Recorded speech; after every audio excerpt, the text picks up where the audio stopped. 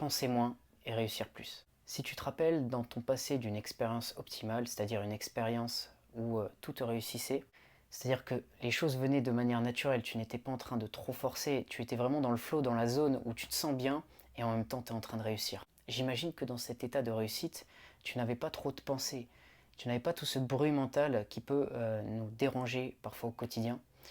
Tes pensées étaient plutôt claires.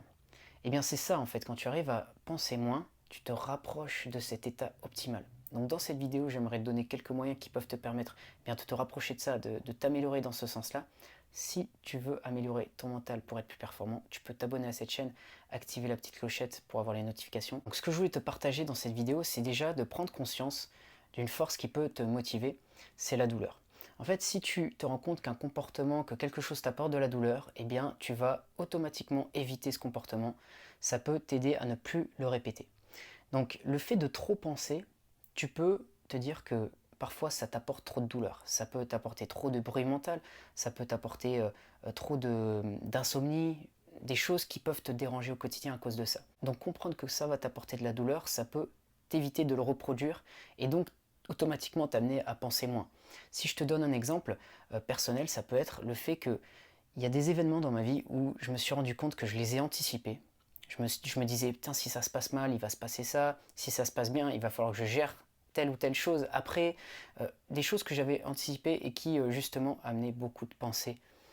Par anticipation, encore une fois. Donc, avant que l'événement se produise, j'étais dans ma tête, j'arrivais pas à me libérer. Et ça me dérangeait parce que ça t'apporte de l'anxiété, ce genre de pensée. Ça t'apporte pas des bonnes choses qui te permettent justement de passer à l'action de manière fluide. Donc, cet événement, quand je l'ai vécu, bon, il y en a eu plusieurs, hein, mais je me rappelle d'un en particulier, quand je l'ai vécu, et bien, juste après, je me suis dit, tout ce que j'ai pensé en avance sur ce que j'anticipais, ben, il n'y a pas les trois quarts qui sont produits, il n'y a presque rien qui s'est produit, tout s'est bien passé, je me suis inquiété pour rien.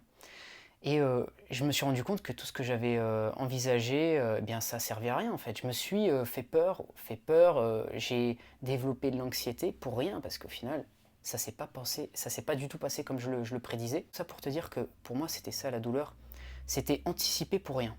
Au final, ça m'a amené par la suite à penser beaucoup moins parce que je me suis dit, mince, je suis en train de me faire, de m'inquiéter, de penser à des choses qui n'ont aucun sens au final.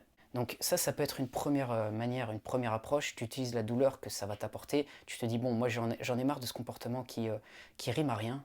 C'est pas réel, c'est pas logique. Donc voilà, je me dégage de tout ça.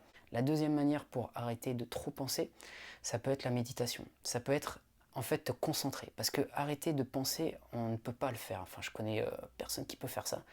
On a toujours des pensées qui vont venir nous déranger ou des pensées auxquelles qui vont être évoquées par l'expérience qu'on est en train de vivre. Alors il y a plusieurs styles de méditation, mais principalement la méditation, c'est te concentrer sur une chose. Et dès que ton esprit divague, te reconcentrer à nouveau sur cette chose, sur ta respiration par exemple. Donc améliorer ta capacité de concentration va t'aider inévitablement à faire baisser le nombre de pensées que tu vas avoir dans la journée.